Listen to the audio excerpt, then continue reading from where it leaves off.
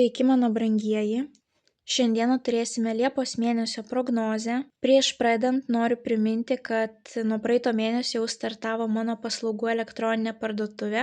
Visą svarbią informaciją apie savo teikiamas paslaugas, ko galite iš jų tikėtis, kuo mano paslaugos skiriasi nuo kitų specialistų. Visą šitą informaciją aš pateikiu Birželio mėnesio prognozių pradžioje. Tai tiesiog pasirinkite savo zodiako ženklą ir paklausykite įžangą ir ten bus visa informacija apie mano teikiamas paslaugas. Na ir noriu priminti, kad Liepos mėnesį mes turėsime retrogradinį Merkurijų. Tie, kas žiūrėjo savo 2025 metų metinės išplėstinės prognozes, tai tie sekėjai su ta informacija jau yra susipažinę, kadangi tose prognozėse aptariau visus retrogradinio Merkurijaus periodus 2025-iesiam.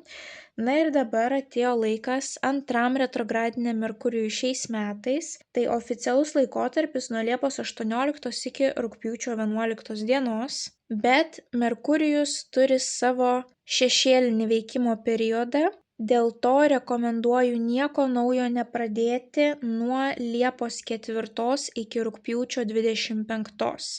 Jokių būdų nuo Liepos 18 iki rugpjūčio 11. Bet jeigu jūs norite sėkmingų pradžių, jeigu jūs norite, kad projektai gyvuotų ilgesnį laiką, kad tai nebūtų trumpalaikiai kažkokie tais nepasisekę projektai, tai labai rekomenduoju išlaukti visą nuo Liepos 4 iki rugpjūčio 25 dienos periodą. Retrogradinis Merkurijus yra atsakingas už komunikaciją, už sutartis, susitarimus, pirkinius, operacijas. Jokių būdų nepirkite nieko brangaus, nekilnojamo turto, automobilių. Labai lengvai žmonės yra apgaunami, nepatikrinamos visos detalės, nuslepiama informacija ir galiausiai po to žmonės labai ilgą laiką vargsta su tais naujais brangiais pirkiniais. Nerekomenduoju eiti į naują darbą, jeigu norite ilgalaikio darbo. Tai ieškotis darbo reikia tik po rugpjūčio 25 dienos. Jeigu jums reikia pinigų ir ilgalaikės perspektyvos darbe jums nėra prioritetas, tuomet galite bandyti darbintis. Operacijos tik ekstra operacijos, kai yra mirties ir gyvybės klausimas. Jokių planuotų, jokių grožio, injekcijų, skalpelių negali būti. Visiems žmonėms dingsta atidumas, gydytojai neišimtis. Tai gali būti, kad bus kažkokios tai komplikacijos, neis viskas pagal planą, tai geriau nuo operacijų susilaikyti.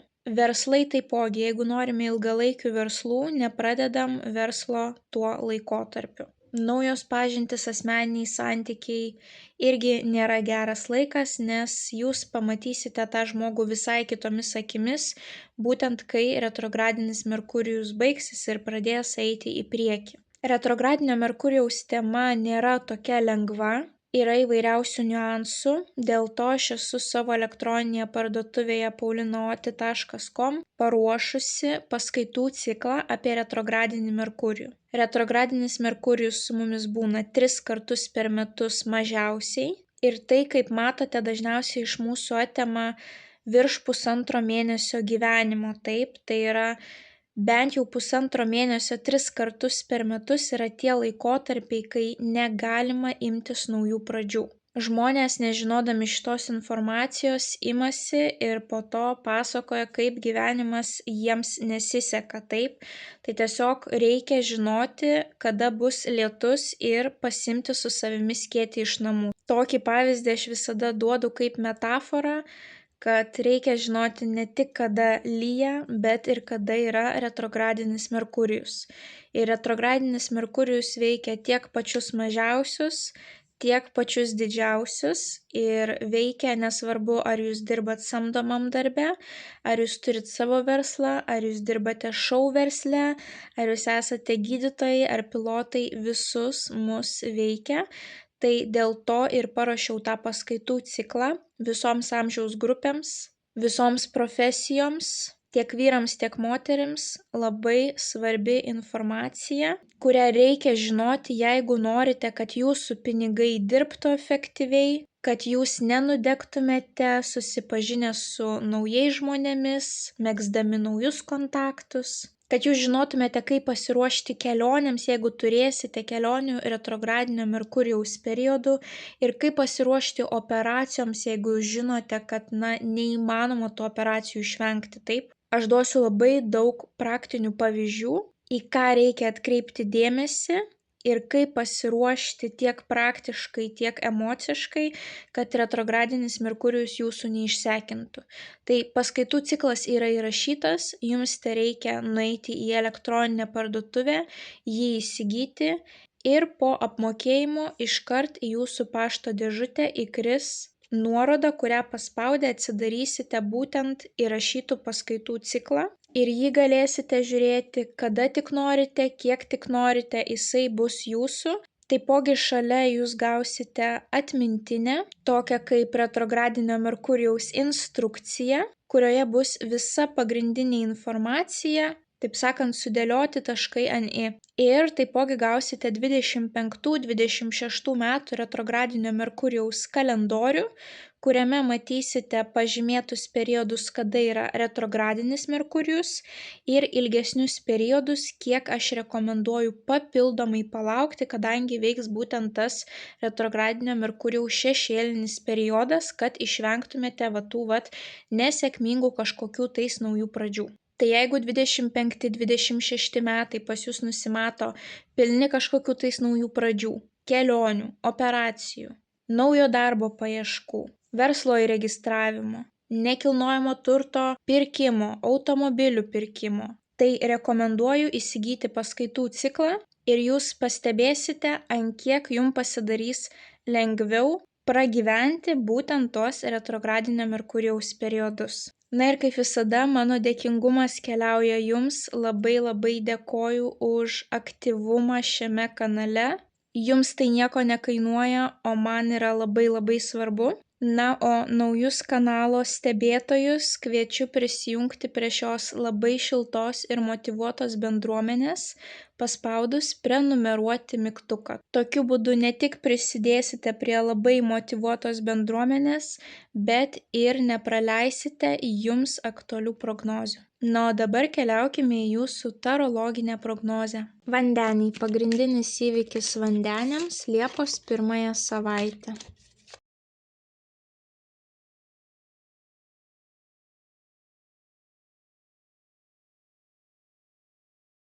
Mėnulio žinutė vandeniams apie jų Liepos mėnesį, bei viena žinutė vandeniams apie jų Liepos mėnesį. Vandeniai Liepos mėnesį jūs būsite nusiteikę ryžtingai eiti savo tikslų link, ypatingai antrojoje mėnesio pusėje. Keletas kortų jums iškrito porą kartų. Pirmąją savaitę mes turime taurių septynetą, trečiąją savaitę taurių septynetą, čia mes turime stiprybės jėgos kortą ir čia mes turime stiprybės jėgos kortą. Tai pradėkime nuo taurių septyneto. Taurių septynetas yra didelio kiekio pasirinkimų korta, tuo pačiu ir iliuzijų ir pasimetimo tarp jų. Taip, kai mes turime didelį kiekį pasirinkimų, mes nesuprantame, kurį rinktis, kuris yra mums geresnis, kuris yra blogesnis, na ir gyvenam tokiose iliuzijose, taip, iki kol mes jau galutinai nepriemam tam tikro sprendimo, taip, ką rinktis. Taipogi jums pirmąją savaitę iškrenta kardų aštuonetas, kuris rodo suvaržymus, taip, suvaržyta moteris, kuri nemato, negali judėti į priekį, tai toks jausmas, kad jūs negalėsite pajudėti į priekį, kol jūs nesusidėliosite savo prioritetų, taip. Ir greičiausiai tai jūsų pasirinkimai, tas pasimetimas bus susijęs su finansiniais reikalais, tai yra visos išmokos, darbas, karjera, savirealizacija, verslas, studijos arba taipogi gali būti sveikata, kadangi monetos pas mus reprezentuoja ir tokias svarbes vertybės kaip sveikata. Tai kažkokie tai pasirinkimai, galimybės susijusios su tuo pinigėliu, taip, bet kol jūs neišsirinksite vienos veiklos, tol jūs būsite pastrigę, taip.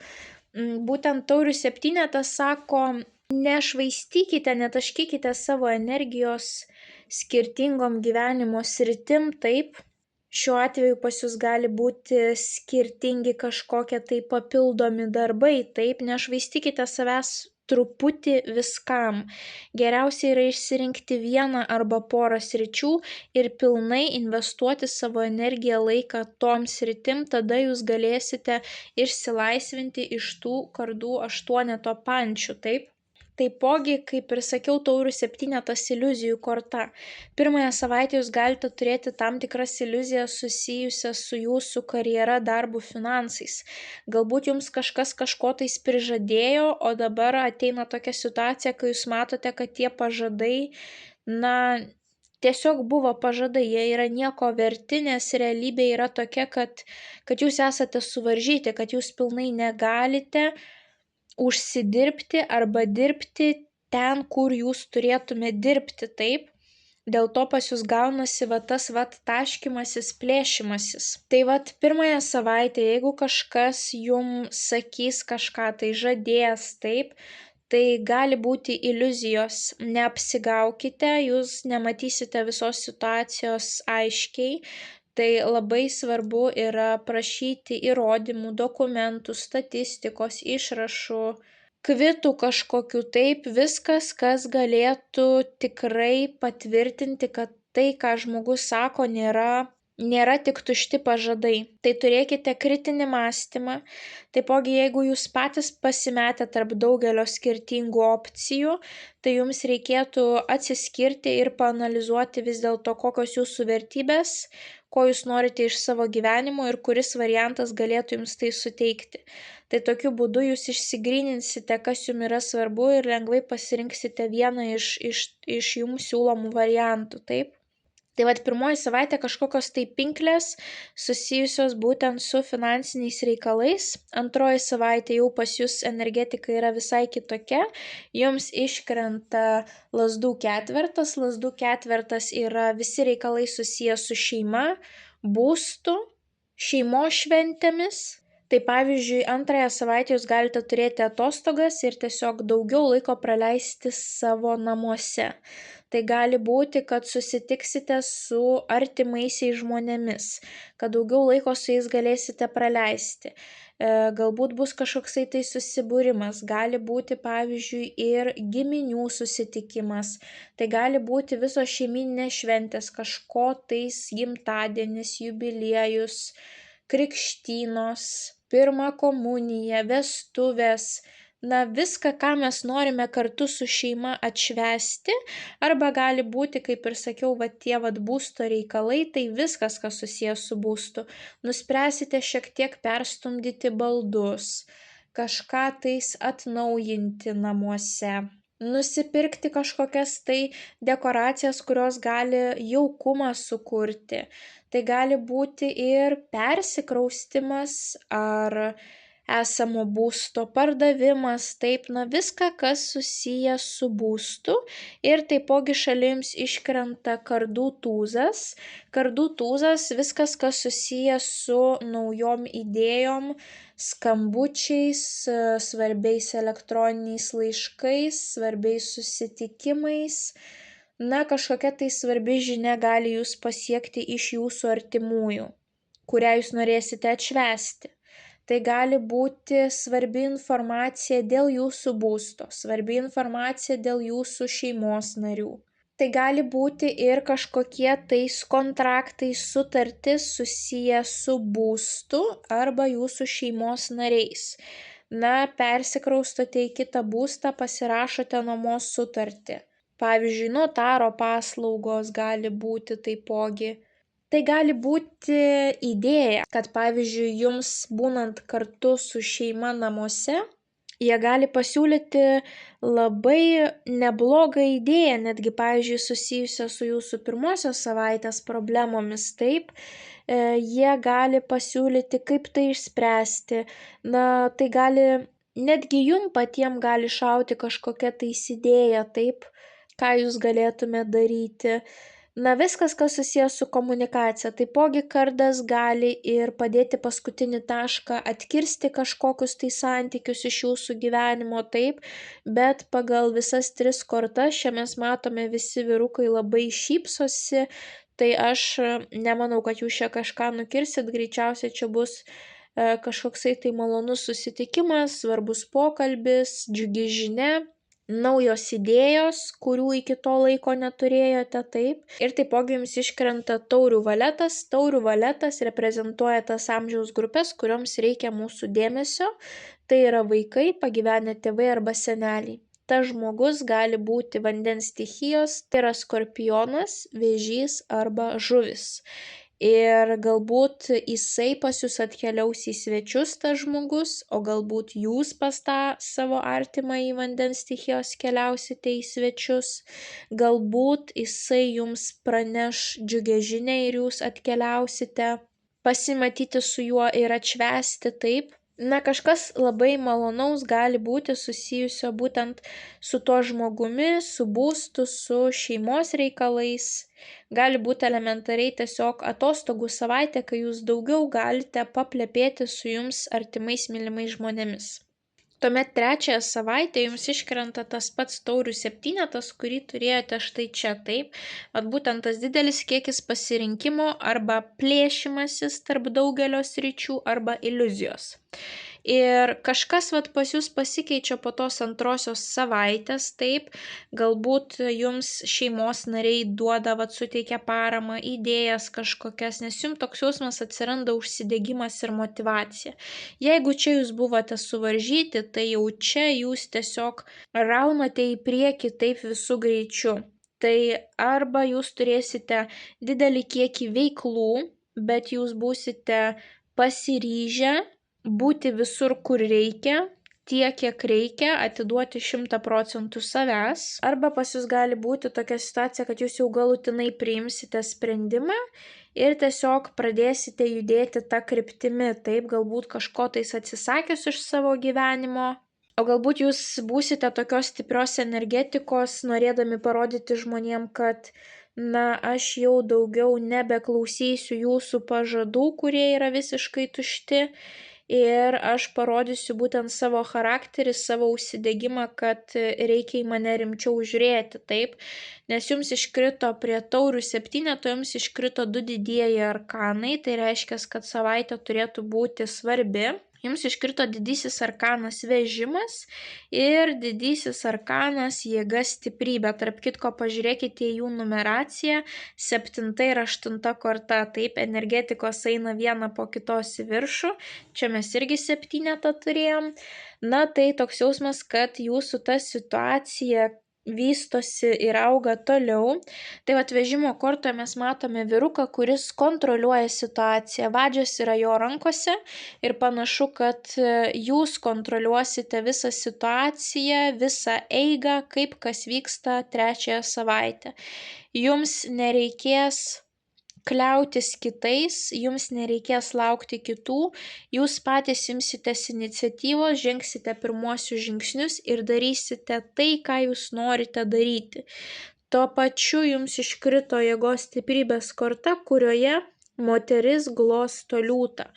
Tai reiškia, kad jinai turi užtektinai jėgos, mes matome begalybę ženklą, jinai gauna iš visatos beribį kiekį energijos per šitą simbolį, taip, ir jinai turi tokį vidinį šarmą, tokią stiprią vidinę energiją, kad jinai gali būti rami, švelni, neparodyti agresijos, bet žmonės jos klauso. Netgi toks aršus gyvūnas kaip liūtas jai paklūsta, taip. Tuo pačiu liūtas reprezentuoja merginos baimės, kad jinai žiūri savo baimėm į akis, jas perlipa ir eina į priekį. Tai tos iliuzijos, tos baimės kažkokios, negalėjimas pasirinkti 3 savaitę dingsta. Jūs susidėliojat savo prioritetus, jūs perlipat per savo baimės ir jūs pilni ryžto, užsidegimo ir šarmo keliaujate savo tikslų link, pas jūs atsiranda ta motyvacija, tas vidinis varikliukas užsiveda. Ir paskutinėje savaitėje jums vėlgi iškrenta ta pati stiprybės jėgos korta, nors man šitoje kaladėje absoliučiai nepatinka iliustracija. Šita iliustracija tokia atrodo labai labai bloga ir negatyvi, nors iš tikrųjų jos reikšmė būtent kaip šitos kortos, taip?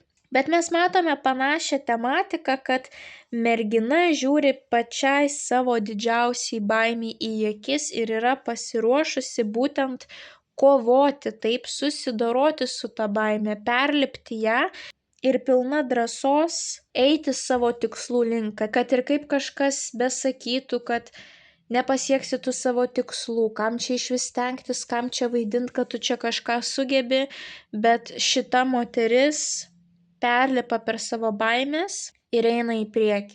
Tai vat tiek 3, tiek 4 savaitę pas jūs atsiranda tokia stipri vidinė energetika, užsidegimas eiti, pas jūs nuotaika visiškai pasikeičia ir šalia jums iškrenta 2 asmenybės, kurios kažkaip bus susijusios su jūsų ta parodyta drąsa jėga. Ar jums reikės prieš juos parodyti savo šarmą, taip? Ar kartu su jais jūs eisite savo tikslų link? Monetų karalius gali būti žemės stichijos vyras, tai yra jautis, ožiaragis arba mergelė. Na, o lazdų dama gali būti ugnies stichijos moteris, tai yra avinas, liūtas arba šaulys. Šitas vyrukas gali būti atsakingas už jūsų finansus arba dirbti finansų sektoriuje. Tai jisai gali būti jūsų darbdavys, jūsų antroji pusė, jūsų tėtis, jūsų senelis, žmonės, kurie gali būti atsakingi už jūsų finansinę padėtį, taip. Arba, kaip ir sakiau, tai gali būti, pavyzdžiui, bankininkas, buhalteris, apskaitininkas, auditorius, draudimo brokeris, asmeninių finansų konsultantas, įmonės direktorius, vadovas, taip, vat visi žmonės, kurie dirba su pinigais ir galbūt jūs pasikreipsite pas tokį žmogų konsultacijos, jums reikės, taip. Va toks jausmas, kad kažkokie tais apribojimai susijęs su finansais 1 savaitę, paskutinėje savaitę tų apribojimų nebėra, jūs judate į priekį ir prie to gali prisidėti finansų srityje dirbantis specialistas, taip, jisai jums gali duoti gal kažkokių tai svarbių patarimų, gaires, kaip reikia elgtis, kur link judėti. Na, o lazdų dama tai yra moteris, kuri mėgsta įsakinėti, kuri gali turėti vadovės poziciją, arba moteris, kuri yra labai aktyvi, dažniausiai fiziškai dirbanti, ne ta, kuri sėdi ofise, ir apskritai šita moteris imasi veiksmų, jinai nelaukia, kol jai kažkas kažką atneš ant lėkštutės, jinai rizikuoja, jinai nebijo, o šitas vyrukas yra tas, kuris neskuba rizikuoti, jisai paskaičiuoja, pažiūri, kuris variantas naudingesnis, pelningesnis ir jau tada labai lėtai iš lėto pradeda eiti to tikslo link. Tai čia yra 2 skirtingos energijos, tai gali būti jūsų tėtis ir mama, kurie jūs padrąsins, tai gali būti jūsų darbdaviai, taip, galbūt jūsų darbdaviai yra pora ir, pavyzdžiui, jums prieš juos reikės taip atsistoti ir rodyti savo drąsą ir kovoti, o galbūt jų dėka, jų žinių dėka, jų paskatinimo dėka pas jūs atsiras tos motyvacijos, jėgos, stiprybės, taip, bet kažkaip jie bus labai susiję su jūsų paskutinėje savaitė ir bus labai svarbus. Tai jeigu jūs jausite, kad jums trūksta finansinių kažkokių tai žinių, taip, tai drąsiai pasikreipkite į tos srities profesionalą specialistą, jisai jums gali priduoti tos stiprybės jėgos, kad jums būtų viskas aišku ir žinotumėt, ką daryti, kaip daryti, taip, ir pagaliau jums atsirištų akis ir galėtumėt eiti į priekį. Na ir jūsų mėnulio žinutė. Dažnai geriausi dalykai nutinka tuomet, kai jaučiamės nepatogiausiai. Na tai būtent ta 1 savaitė, kuri pas jūs buvo, tie kažkokie tais nepatogumai privers jūs pažvelgti į jūsų gyvenimą, vertybės iš kitos pusės, taip, galbūt atsiras kažkoksai tai kitas eiliškumas jūsų dabartinių vertybių, pasikeis perspektyvos, pasikeis mąstymas, pasikeis idėjos ir tai jūs prives prie tos kovingos, motyvuotos energijos ir jums pagaliau vėl nušvis šviesa tunelio gale. Na ir jūsų mėnesio patarimas. Jums iškrito taurių riteris, o taurių riteris rodo, kad pajuda į priekį kūrybiniai dalykai, tai, ką mes jaučiame meilę, pilnatvę ir pajuda į priekį asmeniniai santykiai, asmeninių ryšių kūrimas. Tai darykite tai, ką mylite, tai, ką mėgstate būtent Liepos mėnesį. Tie pasirinkimai, kuriuos jūs turėsite atlikti, taip. Mąstykite apie tai, ko jūs norite, kas jūs džiugina gyvenime, o ne apie tai, kas būtų pelninga, ką reikėtų daryti, kad įtikti kitiems, taip. Čia panašu, kad kursite asmeninius ryšius, ar meilės, ar su savo artimaisiais žmonėmis. Čia gali būti ryšių kūrimas su darbdaviais ar kitais žmonėmis versle, taip. Na, o tas užsidegimas, kurį jūs turėsite, tie pasirinkimai, tai jie turi būti fokusuoti į veiklas, kurios jūsų širdžiai yra artimos, mėgiamos, mylimos. Ir apskritai taurių riteris puikia korta kūrybingumui, kūrybiniam veiklom, kūrybiniam projektam. Jeigu įmanoma į savo tuos tikslus, veiksmus įmaišyti dalelę kūrybingumo, tai jums tai pridės tik dar daugiau vertės ir džiaugsmo Liepos mėnesį. Taipogi visos laisvalaikio veiklos susijusios su kūrybingumu irgi drąsiai galite praleisti laisvalaikį kartu su jums artimais mylimais žmonėmis, nuėję į kino teatrą, į spektaklį, būtent užsiimti tomis veiklomis, tuo laisvalaikiu, kuris yra susijęs su menu, taip. Tai viską tokio galite daryti Liepos mėnesį, jums tai gali būti į naudą, galbūt tai jums ir padės, pabudinti tą savo motyvaciją, galbūt jums elementariai tiesiog reikia poilsio, malonaus laiko su jūsų šeima ir jūsų varikliukas užsidegs ir jums bus aiškesnė kryptis, vektorius, kur link jūs norite eiti. Tai būtent nepamirškite santykių, kūrybos elemento ir darykite tik tai, ką mylite. Ir užsimkite tik tuom, kas jums kelia pilnatvę ir džiaugsmą. Tai vandeniai didžiausios sėkmės Liepos mėnesį. Nepamirškite paspausti patinka mygtuko, komentare parašyti bent jau širdelę, pasidalinti prognozę su artimaisiais, kuriems ji galėtų būti aktuali. Na ir jeigu dar neužsiprenumeravote, skatinu užsiprenumeruoti kanalą, kad nepraleistumėte jums aktualių prognozių, bei taptumėte šios labai šiltos ir motyvuotos bendruomenės dalimi. Na, o tie, kas žiūrite prognozę YouTube kanale, tai kviečiu apsilankyti mano paslaugų elektroninėje parduotuvėje paulinaoti.com. O mes susimatysime jūsų kitose prognozėse. Ate.